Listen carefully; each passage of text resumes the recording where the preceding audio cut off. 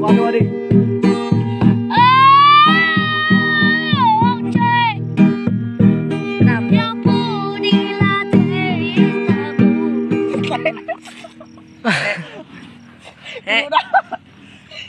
Sợ.